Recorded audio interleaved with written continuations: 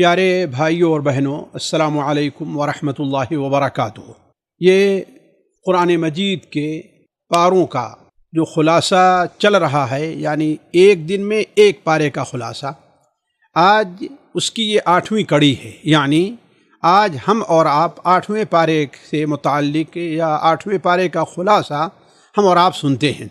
8واں پارہ جسے ہم اور آپ لوگ اپنی زبان میں کہتے ہیں وَلَوْ أَنَّنَا نَزَّلْنَا کا پارہ، اس پارے کی ابتدا یہیں سے ہو رہی وَلَوْ أَنَّا نَزَّلْنَا عَلَيْهِمُ الْمَلَائِكَةَ أَوْ كَلَّمَهُمُ الْمَوْتَى وَحَشَرْنَا عَلَيْهِمْ كُلَّ شَيْءٍ۔ اس پارے کی ابتدائی آیات پچھلے پارے کا جو مضمون چل رہا تھا اسی کا ایک سلسلہ، یعنی امتداد اسی کی ایک سمجھے کہ سلسلہ چلا آ رہا ہے، جہاں اللہ تبارک و تعالی نے حقائق کونیہ کو سامنے رکھ کر کے اور یہ واضح کر کے کہ اب لوگوں کے سامنے اے محمد صلی اللہ علیہ وسلم آپ بصیرتیں لے کر کے آئے ہیں، بصیرتیں لے کر کے آئے ہیں، پھر بھی یہ نہ ہی اللہ تعالیٰ کی توحید کو ماننے کے لیے تیار ہیں، نہ آپ کی رسالت کو ماننے کے لیے تیار ہیں۔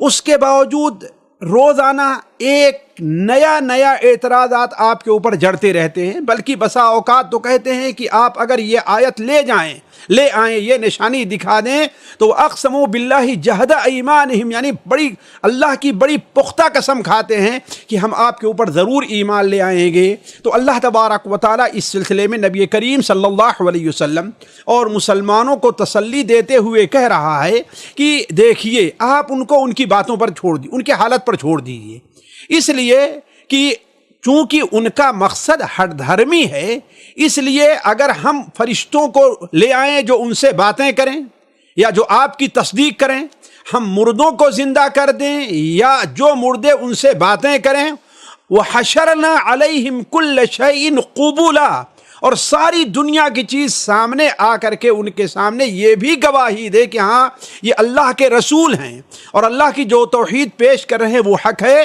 تو مَا كَانُوا لِيُؤْمِنُوا، وہ ایمان لانے والے نہیں ہیں۔ لہذا آپ اس سلسلے میں ان کو ان کی حالت پر چھوڑ دیجئے۔ کیوں؟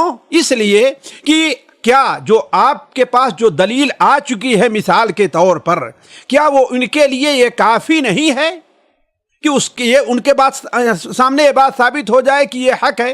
ذرا دیکھیے اللہ تبارک و تعالیٰ سے بڑھ کر کے فیصلہ کرنے والا کیا ہوگا؟ جیسے فرمایا اللہ کے علاوہ میں کسی کو حکم، کسی کو فیصل تلاش کروں؟ وقد نزل، حالانکہ اس نے ایک مفصل کتاب ہمارے اوپر نازل کی ہے۔ تو جو اللہ تعالیٰ نے ایک ایسی کتاب نازل کی ہے جو اللہ کی نازل کردہ ہے، اس کتاب کے اندر ایسی باتیں ہیں یا ایسا اسلوب ہے جس کو وہ چیلنج کرتے ہیں، جو اس قرآن چیلنج کرا لیکن وہ قبول نہیں کر پا رہے ہیں۔ تیسری بات یہ ہے کہ اس کتاب کے اندر ہر چیز بڑی تفصیل کے ساتھ، شرک کیا ہے، توحید کیا ہے، تمہاری گمراہیاں کیا ہیں، اللہ کے نیک بندوں کی صفات کیا ہوتی ہے، ساری بات بہت واضح کر کے بیان کر دی گئی ہے۔ چوتھی صفت قرآن مجید کی ہے کہ یہود و نصارہ اس کو حق مانتے ہیں کہ ہاں بھائی یہ اللہ تعالیٰ کی کتاب ہے اور ان کی کتابوں میں یہ چیز موجود ہے۔ مزید یہ کہ وَتَمَّتْ كَلِمَةُ رَبِّكَ صِدْقًا وَعَدْلًا، اللہ تبارک و تعالیٰ نے اس کتاب میں جو باتیں نازل فرمائی ہیں ان میں تو بڑی عظیم خوبیاں پائی جا رہی ہیں۔ ایک تو قول کے لحاظ سے، واقعات اور قصوں کے لحاظ سے ساری باتیں سچ ہیں، کسی بات کو جھٹلا نہیں سکتا۔ دوسری چیز فیصلے کے لحاظ سے، احکام کے لحاظ سے اس میں جو باتیں ہیں وہ ساری کے ساری عدل کے اوپر موجود ہیں۔ پھر اس کے بعد قرآن کی ایک خوبی یہ ہے کہ لا مبدل لکلمات اللہ، اللہ تبارک و تعالیٰ کا جو فیصلہ ہے، اللہ تعالیٰ کی جو باتیں ہیں اس میں کوئی تبدیلی نہیں ہے۔ دنیا کی کوئی حکومت کوئی قانون بناتی ہے لیکن اس میں تبدیلی کی گنجائش رہتی ہے اور تبدیلی ہوتی رہتی ہے۔ ہر جگہ کی پارلیمنٹ اپنے قانون میں تبدیلی کرتی رہتی ہے، لیکن لا مبدل لکلمات اللہ، اللہ تبارک و تعالیٰ کے کلام میں کوئی تبدیلی نہیں ہے۔ تو پھر جب ایسی چیز ان کے سامنے آ گئی ہے تو اب آپ ایسا کیجئے کہ یہ فیصلہ اللہ تبارک و تعالیٰ کے اوپر چھوڑ دیجئے۔ اللہ تعالیٰ سے بہتر فیصلہ کرنے والا کوئی نہیں ہوگا۔ لہذا آپ کو جو اس سلسلے میں چاہیے کہ آپ اپنے مشن کے اوپر جمے رہیے اور دل برداشتہ نہ ہوئیے، خواہ وہ لوگ ایمان قبول کریں یا ایمان قبول نہ کریں۔ وَإِن تُطِعْ أَكْثَرَ مَنْ فِي الْأَرْضِ يُضِلُّوكَ عَنْ سَبِيلِ اللَّهِ إِن يَتَّبِعُونَ إِلَّا الظَّنَّ، اگر آپ ان کی باتوں کو مانتے رہے تو آپ کو اللہ تعالیٰ کے راستے سے، سیدھے راستے سے بھٹکا دیں گے۔ علی کل حال سلسلہ کلام یہی ان کے اوپر اعتراض کا، ان کی باتوں کا جواب کا اللہ تعالیٰ سلسلہ کلام چلا جا رہا ہے۔ جیسے کہ آپ پڑھتے جائیں، پھر اللہ تبارک و تعالیٰ نے 118 سے 120 آیات تک کلام کا رخ حلال اور حرام کی طرف پھیرا ہے۔ حالانکہ اب آپ کہیں گے کہ ہم نے کہا تھا کہ اس کتاب کے اندر، اس سورت کے اندر مسائل محکام نہیں ہیں، لیکن یہ وہ حلال اور حرام مسائل ہیں جن کا تعلق عقیدے سے گہرا ہے، اور جس کی وجہ سے ان کے اندر یعنی مکہ کے مشرکین میں عقیدے کی خرابی پیدا ہوئی تھی، ان کا ذکر بڑی تفصیل کے ساتھ اللہ تبارک و تعالیٰ نے کیا ہے۔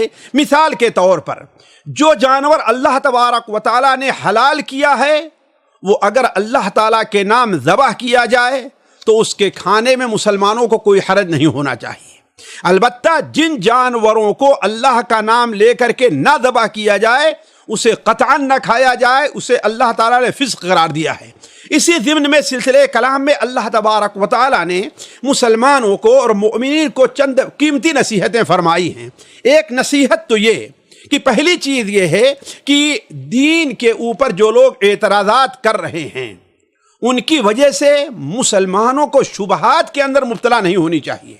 دوسری چیز، ان کی طرف سے اعتراضات کی بنیاد پر اور اس سے خوف کھا کر کے ان پر عمل کو چھوڑ نہیں دینا چاہیے، بلکہ اگر ان کے اعتراضات سے ڈر کر کے کوئی آدمی دین کی کسی بات پر، مثال کے طور پر ان کا ایک اعتراض اس زمانے میں یہ بھی تھا کہ تم کہتے ہو کہ اگر تم اپنی چھری سے اللہ کا نام لے کر کسی جانور کو ذبح کرو تب تو وہ حلال ہے، اور مر جائے جسے اللہ تعالیٰ نے مارا ہے تو وہ حرام کیوں ہے؟ اس کو بھی تو اس کو بھی حلال ہونا چاہیے۔ جسے تم مارو وہ تو حلال ہو جائے، اور جسے اللہ مارے وہ تو حرام ہو جائے۔ یہ اللہ تعالیٰ نے فرمایا کہ یہ شیطانی چالیں ہیں، یوحی بعضهم الی بعض زخرف القول غرورا۔ شیطان بعض اپنے اولیاء، اس کے چیلے جو ہیں، ان کی طرف بڑی مزین خوبصورت باتیں تکبر کی وجہ سے پیش کرتا ہے۔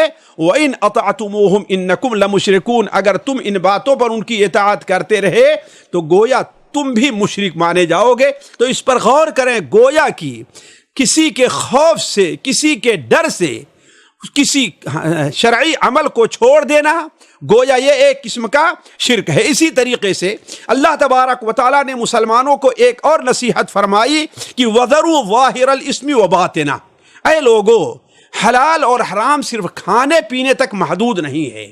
جیسا کہ ہمارے یہاں بہت سے لوگ خاص ایک چیز کو لیتے ہیں، مثال کے طور پر آج کل کسی نے مجھ سے کہا کہ ہمارے یہاں کچھ ایسے لوگ ہیں جو کہتے ہیں بھائی میں تو روزہ رکھ لوں گا لیکن میں مولوی نہیں بن پاؤں گا۔ نعوذ باللہ من ذالک۔ کیا معنی ہے؟ یعنی روزہ تو ہم نے رکھ لیا ہے، لیکن اور جو پابندی ہوتی ہے کہ ہم کچھ بولیں نہیں، ہم فلمیں نہیں دیکھیں، ہم جو ہے غیبت نہ کریں، ہم چغلی نہ کریں، یعنی جو اور خرابیاں ہوتی ہیں ہم اس کو نہیں پورا کر سکتے۔ تو یہ چیز اللہ تعالیٰ ایسی ذہنیت پر طنز کرتے ہوئے اللہ تعالیٰ نے فرمایا کہ دیکھو، ایمان صرف یہی نہیں ہے کہ حرام چیزوں کو، حرام جو معقولات ہیں ان کو چھوڑ دو، ذبیحہ جو حرام ہے اس کو چھوڑ دو، اصل حرام اس کے علاوہ بھی ہے۔ وہ یہ کیا ہے کہ وَذَرُوا ظَاهِرَ الْإِثْمِ وَبَاطِنَهُ۔ صحیح ایمان یہ ہے کہ تم جتنے ظاہری قسم کے گناہ ہیں اور باطنی قسم کے گناہ ہیں جن کا تعلق تمہارے اپنے ذات سے ہے، جن کا تعلق تمہارے اور لوگوں کے درمیان سے ہے، ان تمام چیزوں کو چھوڑ دو۔ تیسری نصیحت اللہ تبارک و تعالی نے جو بڑی اہم کہی اور اس پر توجہ دینے کی ضرورت ہے، آپ صلی اللہ علیہ وسلم نے ایمان لانے والوں کو اور کفر کرنے والوں کو دونوں میں فرق کیا۔ ایمان لانے والا گویا کی زندہ ہے اور کفر کرنے والا گویا کی مردہ ہے۔ کیوں؟ جب جس طریقے سے مردہ کوئی اپنے فائدے کا کوئی کام نہیں کر سکتا، نہ اپنے سے نفع کی کوئی چیز دور کر سکتا ہے، ایک کافر بھی ہے اپنے فائدے کا کوئی کام اللہ کے مدد نہیں کر رہا ہے۔ اسی طریقے سے اللہ تعالیٰ نے ایمان کو روشنی قرار دیا اور کفر کو تاریکی قرار دیا، یہ واضح کرنے کے لیے کہ مسلمانوں کو تم زندہ ہو اور ایسی ہی چیزوں کو اپناؤ جو ایک زندہ اپناتا ہے، یعنی اپنے فائدے کی چیزوں پر عمل کرتا ہے اور ضرر کی جو چیزیں ہوتی ہیں اسے چھوڑ دیتا ہے۔ او من کان میتا فاحییناہ وجعلنا لہ نورا۔ اسی طریقے سے اللہ تعالیٰ نے ایک اور اہل ایمان کو ایک تنبیہ کی کہ اہل ایمان کی نشانی کیا ہے، اہل ایمان کی علامت کیا ہے۔ اہل ایمان کی نشانی یہ ہے کہ ان کا دل کشادہ ہوتا ہے، کشادہ ہونے کا ظاہری کشادہ نہیں بلکہ ان میں احکام الہیہ کے قبول کرنے کی ان کے دل میں گنجائش ہوتی ہے، عبادت پر عمل کرنے کا ان کے دل میں حوصلہ ہوتا ہے، اور اللہ اور اس کے رسول کی بات کو پر انہیں شرح صدر حاصل ہوتا ہے۔ دل کے کشادہ ہونے کا یہ تین معنی ہے، اس کو سمجھنا چاہیے، یعنی اس پر اطمینان ہوتا ہے، شرح صدر ہوتا ہے، اس پر عمل کرنے کے لیے ان کے یہاں حوصلہ پایا جاتا ہے۔ تو یہ چیزیں اللہ تعالیٰ نے اہل ایمان کو بتائی کہ تمہارے اندر یہ ہونی چاہیے، اور اللہ نے تم کو یہ عطا کیا ہے۔ جیسا اللہ تعالیٰ فرماتا ہے فَمَن يُرِدِ اللَّهُ أَن يَهْدِيَهُ يَشْرَحْ صَدْرَهُ الْإِسْلَامَ وَمَن يُرِدْ أَن يُضِلَّهُ يَجْعَلْ صَدْرَهُ ضَيِّقًا حَرَجًا كَأَنَّمَا يَصْعَدُ فِي السَّمَاءِ۔ اس کے بعد ساتھیو اللہ تبارک و تعالیٰ نے 126 آیت سے لے کر کے 132 تک رسول کی تعلیم قبول کرنے والے اور اس سے اعراض کرنے والوں کا انجام بہت کھل کر کے بیان کیا ہے۔ میں نے یہ بات کہی تھی کہ یہ سورت جو ہے مکہ مکرمہ میں نازل ہونے والی بالکل یعنی آخری مرحلے کی صورتیں ہیں، جبکہ ایمان اور کفر کی، ایمان توحید اور شرک کی کشمکش بہت زوروں پر تھی، اور اللہ تبارک و تعالیٰ نے اب ایسا اسلوب اختیار کیا تھا کہ گویا اب مسلمانوں اور کافروں کے درمیان میں ایک فیصلہ کن باتیں کرنی ہیں۔ تو اللہ تبارک و تعالیٰ نے جہاں پر ان کا انجام بیان فرمایا، وہیں پر اعراض کرنے والوں کا بھی انجام بیان فرمایا۔ چنانچہ اللہ تعالیٰ اہل ایمان کا انجام بیان کرتے ہوئے فرماتا ہے لہم دار السلام عند ربہم وہو ولیہم بما کانوا یعملون۔ ان کے عمل ہی کے نتیجے سے، ان کی توحید کی وجہ سے، ان کی عبادت کی وجہ سے اللہ تعالیٰ نے انہیں دار السلام کا مقام دیا ہے۔ السلام جانتے ہیں ایک سلامتی، دوسرے سلام اللہ کا نام ہے، اللہ کا گھر یعنی جنت، اللہ نے انہیں جنت دی ہے، اور کیا ہے وَهُوَ وَلِيُّهُمْ، وہ ان کا ولی اور دوست ہے، وہ ان کا ساتھی ہے۔ البتہ گمراہ جو لوگ تھے، خواہ وہ کسی بھی شکل کے اندر پائے جائیں، اللہ تعالیٰ نے ان کا انجام بیان کرتے ہوئے یہ بیان فرمایا ہے کہ قال النار مثواکم، یعنی وہ دن خود باہم اولاً جہاں پر ہوں گے وہ ایک دوسرے سے لڑتے رہیں گے، وہاں پر آپس میں ایک دوسرے سے، اور قیامت کے دن کی ہولناکی اور خاص طور پر کفار کے لیے، فساق کے لیے اور باطل لوگوں کے لیے ایک یہ ہے کہ وہاں پر دونوں گروہ آپس میں دنیا میں تو بڑے محبوب تھے، ایک دوسرے کے بڑے ساتھی تھے، لیکن قیامت کے دن ایک دوسرے کے مخالف ہو جائیں گے، ایک دوسرے پر تہمتیں اور الزام لگائیں گے۔ ایسے جب حشر کے میدان میں اور جہنم میں وہ ایک دوسرے پر الزام لگاتے رہیں گے، چنانچہ ان کے پیشرو اور سردار جب پیشروں اور سرداروں سے جب ان کے پیچھے چلنے والے، ان کی تابع داری کرنے والے لوگ کہیں گے ہم تمہاری وجہ سے گمراہ ہوئے، وہ کہیں گے ہماری وجہ سے تم گمراہ کیوں ہوئے، آپس میں اختلاف ہوگا، تو اللہ تعالیٰ فرمائے گا کہ یہاں اب بکواس بند کرو، ہر ایک کو اس کے عمل کا نتیجہ ملنے والا ہے۔ النار مثواکم خالدین فیہا، جہنم تمہارا ٹھکانہ ہے جس میں تم لوگ ہمیشہ ہمیشہ رہو گے۔ اس کے بعد اللہ تبارک و تعالی نے ایک بڑی اصولی بات کہی ہے، جو اصولی کہی ہے، یا اللہ تبارک و تعالی کا قوموں کو ہلاک کرنے کے سلسلے میں اللہ تعالیٰ کا جو طریقہ رہا ہے وہ یہ ہے کہ اللہ تبارک و تعالی جب تک کسی قوم کے اوپر حجت نہیں قائم کر دیتا، جب تک اللہ تبارک اس قوم کے غافل لوگوں کے سامنے دلائل کو واضح نہیں کر دیتا ہے، اس وقت تک اللہ تبارک و تعالیٰ کسی کو قوم کو ہلاک نہیں کرتا۔ چنانچہ اللہ تعالیٰ فرماتا ہے ذالک ان لم یکن ربک مہلک القری بظلم واہلھا غافلون، یعنی اگر غفلت میں ہیں اور وہ لوگ ہیں تو اللہ تبارک و تعالیٰ انہیں ہلاک نہیں کرتا۔ علی کل حال ساتھیو، یہ بڑی اہم باتیں اس پارے کے اندر یعنی خاص طور پر سورہ الانعام میں بیان کی گئی ہیں۔ اللہ تعالیٰ نے آیت نمبر 136 سے 140 تک عرب جاہلیت کی بے وقوفی اور ضلالت کا بڑا اہم نقشہ کھینچا ہے۔ حضرت عبداللہ ابن عباس رضی اللہ تعالیٰ عنہما کہا کرتے تھے کہ جب تم عرب کی جہالتوں اور ان کی حماقتوں کو دیکھنا چاہو تو سورہ الانعام کی 135 کے بعد کی آیات کو تلاوت کرو۔ میں ان میں سے دو ایک ان کی حماقتوں کا ذکر کرتا ہوں۔ ان کی ایک حماقت تو یہ تھی کہ اللہ تعالیٰ نے انہیں جو پیداوار کی شکل میں یا جانوروں کی شکل میں جو مال دیا تھا وہ اسے گویا 3 حصے میں تقسیم کرتے تھے۔ ایک حصہ تو جن کا اپنا بچوں کا خرچ رہا کرتا تھا، دوسرا حصہ کہتے تھے یہ اللہ کا ہے، اور تیسرا حصہ یہ کہتے تھے ان کے معبودان باطل کا ہے۔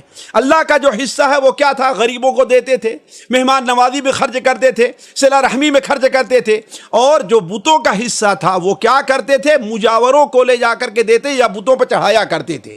البتہ ان میں کیا تھا کہ بسا اوقات اگر جو اللہ کا حصہ رکھا ہے اس میں کمی ہو جائے، ختم ہو جائے، اور جو بتوں کا حصہ رکھا تھا وہ باقی رہ جائے، تو بتوں کا حصہ لے کر کے اللہ کے حصے کی جو چیزیں اس پہ خرچ نہیں کیا کرتے تھے۔ لیکن اگر بتوں کا جو حصہ ہے اس میں کمی پڑ جاتی تھی تو جو اللہ کے نام کا حصہ رکھا اسے لے کر کے خرچ کر دیا کرتے تھے۔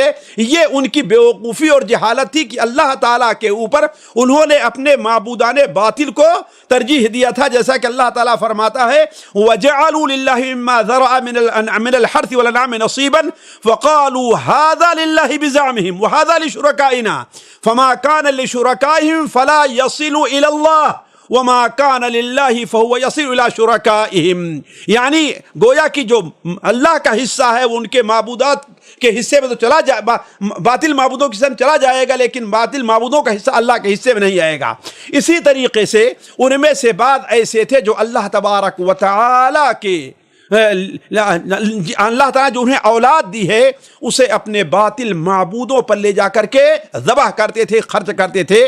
اسی طریقے سے ان کی ایک جہالت اور حماقت یہ بھی تھی کہ اپنے بتوں کے نام بعض جانوروں کو جو چھوڑتے تھے تو وہ کہتے تھے کہ یہ جو جانور چھوڑا ہوا ہے، مثال تو اونٹنی ہے، تو اس کا دودھ مرد تو استعمال کرتے لیکن عورتیں استعمال نہیں کر سکتی۔ اس قسم کی ایک ان کی لمبی حماقتوں کا ذکر اللہ تبارک و تعالیٰ نے فرمایا ہے، اور اس کا جواب اللہ تعالیٰ نے بڑے واضح طور پر 141 سے 145 آیت میں دیا ہے کہ اللہ کے بندو تم سوچو، کھیتوں مختلف قسم کے پھلوں کو، کھیتیوں کو پیدا کرنے والا اللہ ہے، هو الذی انشأ جنات معروشات وغیر معروشات، اسی طریقے سے مختلف قسم کے جانوروں کو ومن الانعام حمولۃ وفرشا پیدا کرنے والا اللہ تبارک و تعالی ہے۔ پیدا تو اللہ تبارک و تعالی کرے، لیکن ان میں سے تم جا کر کے باطل معبودوں کے نام ان کو چڑھاتے ہو اور ان کو متعین کر دیتے ہو۔ اللہ تبارک و تعالی نے 146 آیات میں بعض یہود کی بھی ان کی بعض جو ان کے بدعمالیوں کے عوض جو ان کے اوپر بعض چیزیں حرام کر دی گئی تھی، مثال کے طور پر ان کے اوپر وہ جانور حرام تھے جن کے پنجے نہیں ہوتے، جیسے اونٹ ہے، شتر مرغ ہے، یہ ان کے اوپر حرام تھے، اور بکریوں اور گایوں کی چربی ان کے اوپر حرام کی گئی تھی، یہ اس لیے کہ وہ ان کی اپنی بدعمالیوں کی وجہ سے حقیقت میں یہ چیزیں حرام نہیں تھیں۔ علی کل حال ساتھیو، آپ پڑھتے جائیں تو اللہ تبارک و تعالیٰ کی حجت قائم کرنے کا، بلکہ جہاں پر اللہ تعالیٰ نے ایک بڑی بات کہی ہے اس پارے کے اندر فَلِلَّهِ الْحُجَّةُ الْبَالِغَةُ، یعنی ایسی حجت جو بالکل واضح ہو اور بلیغ ہو، جس کا توڑ نہ کیا جائے، یہ صرف اللہ تبارک و تعالیٰ کے پاس ہے اور کسی کے پاس نہیں ہے۔ تو اس حجتوں کو پیش کر کے اللہ تبارک و تعالیٰ نے مشرکین کا رد کیا ہے۔ پھر آخر میں جیسا کہ یہ جانتے ہیں قرآن مجید کا ایک اسلوب ہے، آپ دیکھیں گے، بلکہ اسلام کا ایک اسلوب ہے اور ایک اصول ہے کہ جہاں کچھ چیزوں سے منع کرتا ہے تو اس کے عوض میں اس کا بدل بھی دیتا ہے۔ مثال کے طور پر سود کو منع کیا اللہ تبارک و تعالیٰ نے، تو خرید و فروخت کو جائز قرار دیا۔ تو ان تمام چیزوں سے جو منع فرمایا ہے کہ یا ان کا حرام کرنا تم کہتے ہو کہ صحیح تھا، بالکل غلط تھا، قرآن کہتا ہے، لیکن اصل تمہارے اوپر اصل چیز حرام کیا ہے؟ تو اللہ تبارک و تعالیٰ نے وہاں پر وہ 3-4 آیتوں کے اندر 10 ایسی چیزیں بتائی ہیں جسے علماء وصایا عشر کا نام دیتے ہیں۔ حضرت عبداللہ بن مسعود رضی اللہ تعالیٰ عنہ کا مشہور قول ہے، لیکن شاید مجھے یاد ہے کہ ان کی طرف صحیح سند سے یہ ثابت نہیں، لیکن علماء اس آیت کی تفسیر میں نقل کرتے آئے ہیں، وہ بیان کر فرماتے ہیں کہ جو شخص نبی کریم صلی اللہ علیہ وسلم کا ایک صحیفہ، ایک خطاب، ایک خط دیکھنا چاہے جس پر آپ کی مہر ہے، تو وہ ان آیات کو پڑھے۔ وہ کیا ہے؟ قُلْ تَعَالَوْا أَتْلُ مَا حَرَّمَ رَبُّكُمْ، آؤ میں تمہارے سامنے ان چیزوں کو بیان کرتا ہوں جو تمہارے رب نے تمہارے اوپر حرام کیا ہے۔ پھر 10 چیزوں کو گنایا ہے، شرک ہے، والدین کی نافرمانی ہے، بچوں کا قتل ہے، ناحق خون بہانا ہے، ظاہر و پوشیدہ طور پر فحش کا ارتکاب ہے۔ یعنی اس طریقے سے آپ پڑھتے جائیں اس آیت کو تو آپ کو وہ چیزیں معلوم ہوگی، بلکہ میں چاہوں گا کہ اس کا اہتمام کریں ہمارے ساتھی۔ علی کل حال اس طریقے سے اللہ تبارک و تعالیٰ نے اس سورت کے آخر میں اہل مکہ کو خصوصی طور پر مخاطب کر کے انہیں ایمان کی دعوت دی ہے، اور یہ متنبہ کیا ہے کہ یہ رسول تمہارے پاس حجت بن کر کے آیا ہے اور یہ کتاب لے کر کے آیا ہے۔ ان تقولوا یوم القیامت ما جاءنا، قیامت دن تمہیں یہ کہنے کا موقع نہ ملے کہ ہمارے پاس نہ کوئی کتاب آئی۔ یہود و نصارہ کو کتاب دی گئی تھی لیکن ہمیں کتاب نہیں دی گئی، انہیں ڈرانے والا آیا تھا، ہمارے اوپر ڈرانے والا آیا نہیں تھا۔ اب اللہ تعالیٰ کی طرف سے تمہارے پاس کتاب آ گئی ہے، اب تمہیں کوئی یعنی یہ نہیں رہ جانا چاہیے کہ تمہارے اوپر کوئی تمہارے سامنے کوئی عذر ہے۔ اور آخر میں اللہ تبارک و تعالی نے مومنین کو کہا کہ ان تمام چیزوں سے ہٹ کر کے تم ملت ابراہیمی کی پابندی کرو، وہی تمہاری کامیابی کی راہ ہے۔ گویا کہ جس طریقے سے یہ سورت توحید کے اوپر شروع ہوئی تھی، آخر میں اسی پر شروع ہوتی ہے، اور آخر میں جو ایک آیت ہے میں چاہوں گا اس پر خصوصی توجہ دیں۔ اللہ تعالیٰ نے فرمایا کہ آپ کہیے ان صلاتی و نسکی و محیای و مماتی للہ رب العالمین، یعنی میری نماز، میرا رونا، میری نماز، میری قربانی، میرا مرنا اور میرا جینا سب کچھ اللہ رب العالمین کے لیے ہے۔ گویا کہ ایک مسلمان کے لیے اللہ نے ایک منہج بتا دیا ہے، ایک طریقہ بتا دیا ہے۔ وہ یہ کیا ہے؟ وہ زندہ ہے تو کس کے لیے زندہ ہے؟ اپنے پیٹ کے لیے نہیں، نماز کے لیے اور اللہ کی توحید کے لیے زندہ ہے۔ وہ اگر مرتا ہے تو کس کے لیے؟ کسی محبوبہ کے لیے نہیں، دنیا کی کسی مصیبت کے خوف سے نہیں، مرتا ہے کس کے لیے؟ تو اللہ تبارک و تعالیٰ کے لیے مرتا ہے۔ وہ نماز پڑھتا ہے تو کس کے لیے؟ رکوع کرتا ہے تو کس کے سامنے؟ سجدہ کرتا ہے کس کے سامنے؟ قربانی کرتا ہے، نذرانہ کرتا ہے، چڑھاوا چڑھاتا ہے تو کس کے لیے؟ سارا یہ کام اللہ رب العالمین کے لیے ہونا چاہیے۔ ساتھیو، یہ اس پارے کا آدھا تھا، یعنی نصف تھا، آدھا۔ پھر اس کے بعد دوسرے نصف سے، دوسرے جز سے اس پارے کے اللہ تبارک و تعالیٰ نے سورہ اعراف کی ابتدا کی ہے۔ یہ سورت بھی مکی ہے، جیسے کہ سورہ الانعام مکی تھی۔ یہ سورت مکی ہے اور مکہ مکرمہ میں نازل ہونے والی سورتوں میں شاید سب سے طویل سورت ہے، سب سے طویل سورت ہے شاید، واللہ عالم۔ لیکن اس میں کوئی شک نہیں کہ یہ بہت طویل ہے، تقریباً یہ 1.5 پارہ، یہ 1.5 پارہ سے زیادہ، بلکہ پونے یعنی 2.25 پارہ تک، نہیں 1.5 پارہ سے کچھ کم ہے، یعنی علی کل حال 2.25 پارہ یہ مستقل ایک لمبی سی سورت ہے، سورہ الاعراف جسے کہا گیا ہے۔ اس سورت کے اندر زیادہ تر اللہ تبارک و تعالیٰ نے 2 موضوع کو موضوع بحث بنایا ہے۔ ایک موضوع آخرت ہے اور دوسرا موضوع رسالت ہے۔ رسالت اور آخرت، ان دونوں باتوں کو ثابت کرنے کے لیے اللہ تبارک و تعالی نے بہت سے عقلی نقلی دلائل، بلکہ اس سورت کا بہت بڑا حصہ انبیاء کے قصے کے اوپر ہے، اور یہ واضح کرنے کے لیے کہ رسول کی رسالتوں کو جو مانتا ہے ان کا انجام کیا ہوگا، اور جو رسولوں کی رسالتوں کو جو نہیں مانتا اس کا انجام کیا ہوگا۔ پہلی آیت میں اللہ تبارک و تعالی نے نبی کریم صلی اللہ علیہ وسلم کو مخاطب کر کے یہ بیان فرمایا کہ یہ کتاب ہم نے آپ پر نازل فرمائی ہے، یہ مؤمنین کے لیے رحمت مومن کے سراپا نصیحت ہے، لہذا آپ اس کی تبلیغ کیجئے، اور آپ کو یہ خوف نہیں ہونا چاہیے کہ لوگ اسے قبول کریں گے کہ نہیں قبول کریں گے، بلکہ آپ کو صرف آپ کا منہج صرف یہ ہونا چاہیے کہ آپ لوگوں کو اس کی دعوت دیے جائیں۔ آگے مسلمانوں نے اللہ تعالیٰ نے مسلمانوں کو اس کتاب کے اتباع کی دعوت دی ہے، اتبعوا ما انزل الیکم من ربکم ولا تتبعوا من دونہ اولیاء۔ اللہ تعالیٰ نے تمہارے پاس یہ جو دلیل نازل کی ہے، یہ کتاب نازل کی ہے، اس کی اتباع کرو، اس کو مانو، اور اس کو چھوڑ کر کے دوسرے اولیاء کی اتباع نہ کرو، ورنہ اللہ تبارک و تعالیٰ کا عذاب ویسے تم پر بھی آئے گا جیسے کہ دوسری قوموں کے اوپر آیا ہے۔ وَكَم مِّن قَرْيَةٍ أَهْلَكْنَاهَا فَجَاءَهَا بَأْسُنَا بَيَاتًا أَوْ هُمْ قَائِلُونَ، جس طریقے سے اللہ تبارک و تعالیٰ نے اسے واضح فرمایا۔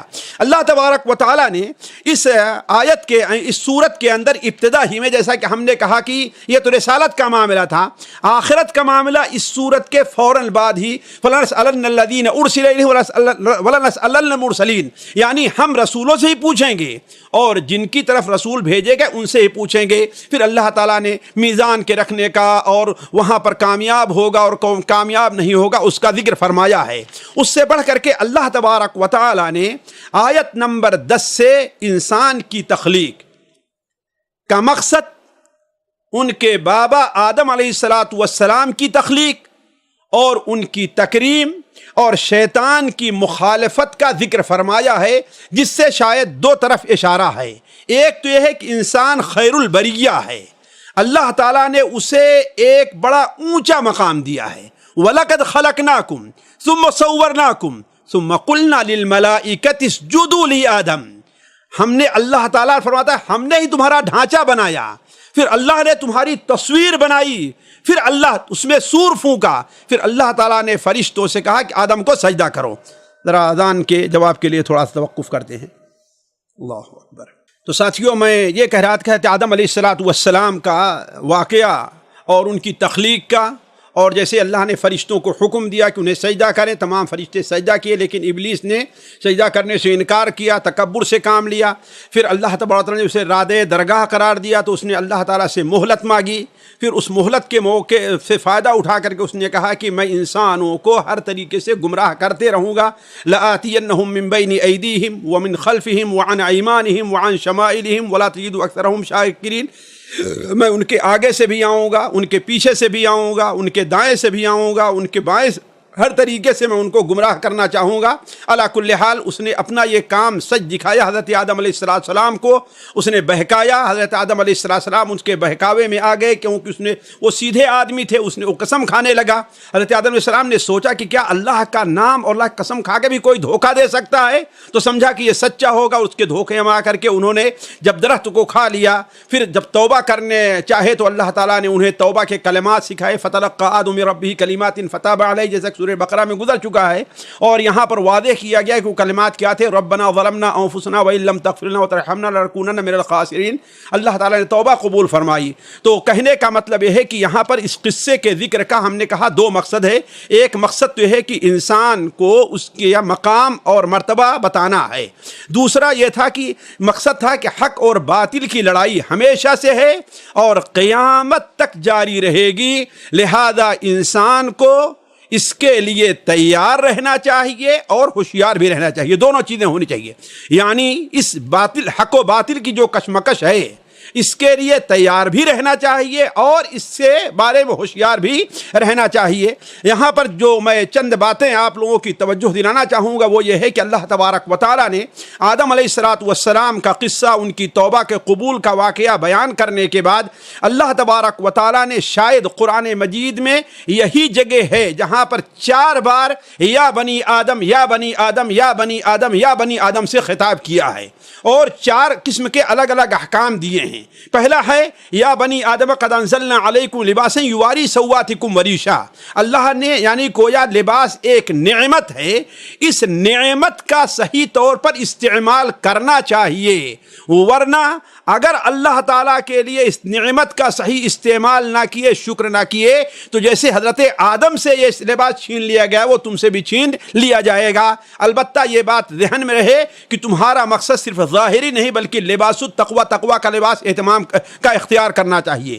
دوسری جگہ اللہ تعالیٰ نے فرمایا یا بنی آدم لا یفتننکم الشیطان، یعنی اے آدم تمہیں شیطان دھوکے میں نہ ڈالے، اور شیطان نے دھوکے میں ڈالا کہ حضرت آدم گناہ کے اندر مبتلا کیا، اور سب سے بڑا مقصد تھا کہ انہیں بے پردہ کر دیا۔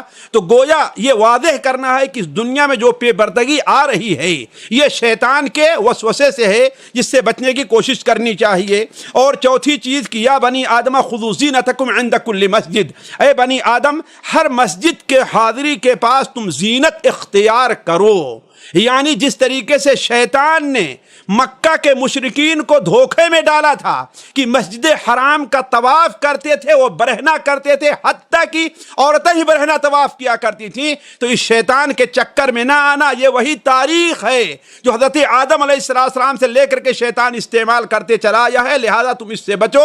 وَخُذُوا زِينَتَكُمْ عِنْدَ كُلِّ مسجد۔ اور چوتھی چیز اللہ تعالیٰ نے جہاں پر بیان فرمائی یا بنی آدم اما یأتینکم رسل منکم یقصون علیکم، اے آدم کی اولاد، اگر تمہارے پاس ہماری طرف سے رسول آئیں اور ہماری باتیں پڑھ کر کے سنائیں تو یاد رکھو اگر تم کامیاب ہونا چاہتے ہو تو رسولوں کی بات ماننی ہوگی، ورنہ گویا تم شیطان کی پیروی کر رہے ہو۔ علی کل حال یہ چار جگہ جو یا بنی آدم اللہ تعالیٰ نے فرمایا ہے وہ ہمارے اور آپ کے لیے قابل غور ہے۔ اس سلسلے میں اللہ تبارک و تعالیٰ نے ایک بڑی جامع آیت نازل فرمائی ہے جو شیطان کے بہکاوے سے لوگ اس میں تجاوز سے کام لیتے ہیں۔ وہ کیا ہے؟ انما حرم ربی الفواحش ما ظہر منها وما بطن۔ علماء کہتے ہیں کہ حرام کے بارے میں سب سے جامع آیت قرآن مجید میں یہ ہے کہ اللہ نے 5 چیزوں کو حرام کیا ہے جو اصل میں اصول کی حیثیت رکھتی ہے۔ اس آیت کے اوپر بھی توجہ دینی چاہیے جو 33 نمبر آیت ہے۔ آیت نمبر 35 اور اس کے بعد سے اللہ تعالیٰ نے قیامت کی بعض ہولناکیوں کا ذکر کیا ہے کہ جو لوگ رسولوں کی بات کو نہیں مانتے، جیسا کہ ہم نے کہا اس سورت کا بنیادی مقصد آپ دیکھیں تو رسالت اور آخرت ہے، تو کیا آخرت کی ہولناکیوں کا ذکر کیا ہے۔ ان میں سے ایک ہولناکی کی طرف میں اشارہ کرتا ہوں، وہ یہ ہے کہ اس دنیا میں دیکھیے کہیں پر ہو 2 قسم کے لوگ رہتے ہیں، ایک بڑے لوگ رہتے ہیں جو پیشوا کی حیثیت رکھتے ہیں، اور دوسرے وہ لوگ رہتے ہیں جو ان کے پیروکار رہتے ہیں، ان کے پیچھے چلتے رہتے ہیں، اور یہی زیادہ ہوتے ہیں، وہ تھوڑے کم ہوتے ہیں۔ ایک چیز۔ دوسری چیز، کوئی بھی قوم ہے، کوئی بھی جماعت ہے، کوئی بھی فرقہ ہے، اس کی ابتدا ہوتی ہے اور پھر بعد میں ہوتے ہیں، گویا پیش رو ہوتے ہیں اور پس رو ہوتے ہیں جو لوگ بعد کے اندر آ رہے ہیں۔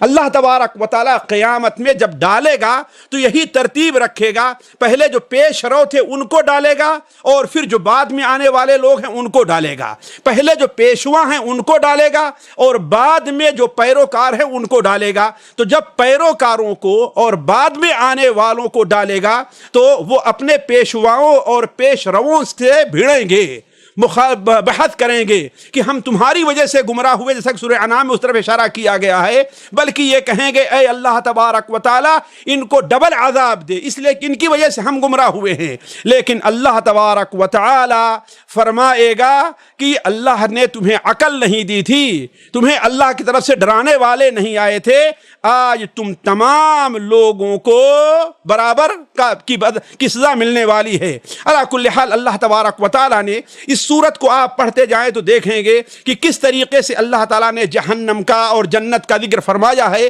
بلکہ ایک بڑا اہم مکالمہ اس میں ذکر کیا گیا ہے جو اعراف کے، جس کے نام سے یہ سورت الاعراف اس میں ہے، اس لیے کہ اللہ تعالیٰ نے 3 گروہ میں بانٹا ہے، ایک جنتی ہوں گے، ایک جہنمی ہوں گے، کچھ اہل اعراف ہوں گے۔ اہل اعراف وہ ہیں کہ یہ اللہ تبارک و تعالیٰ، اور جہاں تک ہم نے سمجھا ہے، جب پل صراط پار کر لینے کے بعد لوگوں کو ایک قنطرہ پلیا پر رکھا جائے گا، وہاں لوگوں کے باہمی حقوق کا حساب ہوگا، تو کچھ ایسے لوگ ہوں گے کہ وہاں پر ان کی نیکیاں برائیاں برابر ہو گئیں تو وہ نہ جنت میں جائیں گے نہ جہنم میں، وہ اعراف میں رہیں گے۔ اللہ تبارک و تعالیٰ نے ان کا مکالمہ بھی ذکر کیا ہے، وہ پڑھنے کے لائق ہے۔ البتہ اس سلسلے میں جو سب سے اہم چیز ہے میں آپ لوگوں کے سامنے رکھتا ہوں جو بہت ہی دردناک ہے اور اس پر توجہ دینی چاہیے۔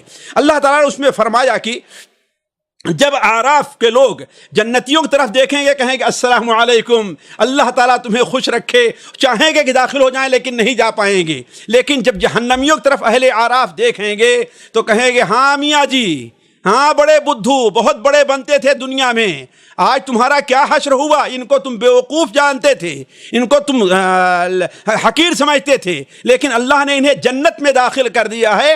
اسی درمیان جہنمی لوگ موقع جب پائیں گے تو جنتیوں سے کیا کہیں گے؟ افیضوا علینا من الماء مما رزقکم اللہ، اے لوگو، اے جنتیوں، اللہ نے جو تمہیں روزی دی ہے یا جو تمہیں پانی دیا ہے وہ تھوڑا سا پانی ہمیں بھی تو دو۔ لیکن جنتی کیا کہیں گے؟ ان اللہ حرمہم علی الکافرین، اللہ تبارک و تعالیٰ نے اسے کافروں کے اوپر حرام قرار دیا ہے۔ اور وہ کافر کون تھے؟ میں جو بتانا چاہتا ہوں کہ ان کی صفات کو آپ پڑھیں تاکہ ہمارے اندر وہ صفت پائی نہ جائے۔ پہلی چیز کیا ہے؟ جنہوں نے دین کو کھیل تماشا بنا لیا تھا، دنیا میں پڑھ کر کے آخرت کو بھولے ہوئے تھے، اور اللہ تبارک و تعالیٰ کو چھوڑ کر کے دنیا کے لوگوں کے پیچھے چل رہے تھے۔ تو اللہ تعالیٰ فرمائے گا کہ جیسے دنیا میں وہ ہم کو بھولے ہوئے تھے، آج بھی ہم ان کو بھولے دیتے ہیں۔ پھر ساتھیو آیت نمبر 54 اور ان کے بعد سے اللہ تعالیٰ نے کچھ حقائق کونیہ، آسمان کی پیدائش، زمین کی پیدائش، سورج اور چاند کا نکلنا، رات اور دن کا آنا، یہ ذکر کر کے اللہ تبارک و تعالیٰ نے توحید پر استدلال کیا ہے۔ چنانچہ آپ پڑھتے جائیں تو آپ کو یہ بات معلوم ہوگی کہ اللہ نے کس طرح فرمایا ان ربکم اللہ الذی خلق السماوات والارض فی ستۃ ایام ثم استوى علی العرش۔ یہ پہلی آیت ہے ان 7 آیتوں میں جن میں اللہ تعالیٰ کے عرش کے اوپر مستوی ہونے کا ذکر ہے۔ قرآن مجید میں جو آیتیں ہیں، اس سے پہلے شاید یہ آیت ابھی نہیں آئی ہے، اس کے اندر کہ اللہ تعالیٰ عرش کے اوپر مستوی ہے، جیسا کہ اہل سنت و جماعت کا عقیدہ ہے۔ اس آیت کے بعد اللہ تعالیٰ کیا فرماتا ہے؟ ادعوا ربکم تضرعا وخفیہ، یعنی گویا کہ اس کا تقاضا ایمان لانے کا ہے، آسمان اور زمین کی پیدائش، سورج اور چاند کی آمد اور رات اور دن کے، اور اس طریقے سے کس طریقے سے دن چھوٹا ہوتا ہے، رات بڑی ہوتی ہے، رات چھوٹی ہوتی ہے، دن بڑا ہوتا ہے۔ اس میں اللہ تعالیٰ کی جو نشانی ہے اس کی وجہ سے تمہیں اللہ تعالیٰ کی عبادت کرنی چاہیے۔ علی کل حال اللہ تبارک و تعالیٰ نے اس سورت کے آخر میں، اس پارے کے آخر میں اللہ تبارک و تعالیٰ نے 5 نبیوں کا قصہ بیان کیا ہے۔ یہاں سے نبیوں کا قصہ شروع ہوا اور 9ویں پارے کا ایک بہت بڑا حصہ اسی کے اوپر چلا گیا ہے۔ 5 نبیوں کا قصہ بیان ہوا ہے، حضرت نوح علیہ السلام، حضرت ہود، حضرت صالح، حضرت لوط، حضرت شعیب علیہ السلام کا۔ ہمیں ان قصوں پر غور کرنا چاہیے اور توجہ دینی چاہیے۔ میں یہاں سے صرف 3 باتوں کی طرف اشارہ کرتا ہوں کہ ان قصوں کے ذکر کے سے متعلق ہمیں کیا توجہ دینی چاہیے۔ پہلی چیز یہ ہے ساتھیوں کہ نبیوں کے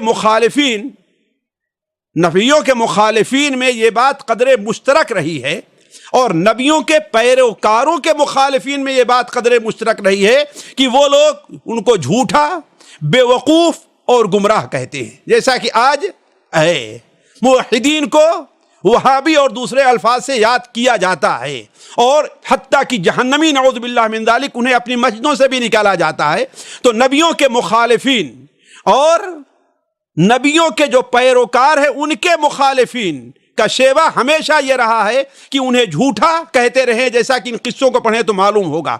دوسری چیز، قوموں کی ہلاکت کا اہم سبب، کسی بھی قوم کی ہلاکت کا جو اہم سبب ہے وہ نبیوں کی تکذیب اور ان کے راستے کو چھوڑ دینا ہے، اور یہی سبق شاید اہل مکہ کو دینا تھا، اس لیے کہ یہ سورت بھی مکی دور کے ادوار کے آخری دور کی معلوم ہوتی ہے کہ اگر تم نے بھی محمد صلی اللہ علیہ وسلم کی بات نہ مانی، ان پر ایمان نہ لے آئے تو تمہارا بھی حشر ہونے والا ہے۔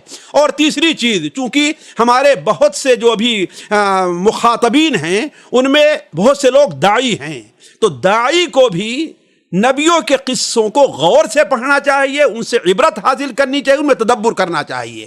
مثال کے طور پر میں دکھاتا ہوں یہاں پر کہ آپ حضرت نوح علیہ السلام کا قصہ پڑھیں۔ کہتے ہیں نوح علیہ السلام نے جب اپنی قوم کو دعوت دی، توحید کی دعوت دی، تو ان کا کیا جواب تھا؟ فقال الملأ من قومه انا لنراك في ضلال مبين۔ ان کی قوم کے جو سرکردہ لوگ تھے انہوں نے کیا کہا کہ ہم آپ کو کھلی گمراہی میں دیکھتے ہیں، نعوذ باللہ من ذالک۔ آج ہمیں کوئی کہے تو ہم کیا اس کا جواب دیں گے؟ ذرا سوچیں، ایک چھوٹا سا داعی کیا جواب دے گا، لیکن اللہ کا نبی کیا جواب دے رہا ہے، ذرا سوچیں۔ قال یا قوم لیس بی ضلالہ، یا قوم لیس بی ضلالہ، اے قوم یہ گمراہی نہیں ہے، ولکنی رسول من رب العالمین، میں اللہ کا رسول تمہاری طرف ہوں، ابلغکم رسالات ربی وانصح لکم وعالم من اللہ ما لا تعلمون۔ اے میری قوم کے لوگوں، میں تمہارا خیر خواہ ہوں، میں تمہیں وہی بات بتا رہا ہوں جس میں تمہاری بھلائی ہے۔ اسی طریقے سے حضرت ہود علیہ السلام کے ذکر میں اللہ تعالیٰ فرماتا ہے کہ جب انہوں نے اپنی قوم کو توحید کی دعوت دی اور کہا کہ اللہ کی عبادت کرو، اس کا تقوی اختیار کرو، تو ان کا کیا جواب تھا؟ قال الملأ الذین کفروا من قومہ انا لنراک فی سفاہہ، نعوذ باللہ من ذلک۔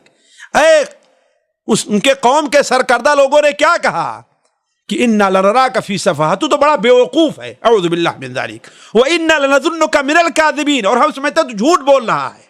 لیکن اللہ کا نبی یہ نہیں کہتا کہ تو مجھے بیوقوف کہہ رہا ہے، تو مجھے جھوٹا کہہ رہا ہے، تجھ سے بڑا جھوٹا کون ہوگا؟ نہیں، کیا جواب دیا؟ یا قوم لیس بی سفاہہ، اے قوم میرے اندر کوئی بے وقوفی نہیں ہے، میں سمجھدار آدمی ہوں، اور تم پہلے سے مانتے تھے کہ ہم سمجھدار آدمی ہیں۔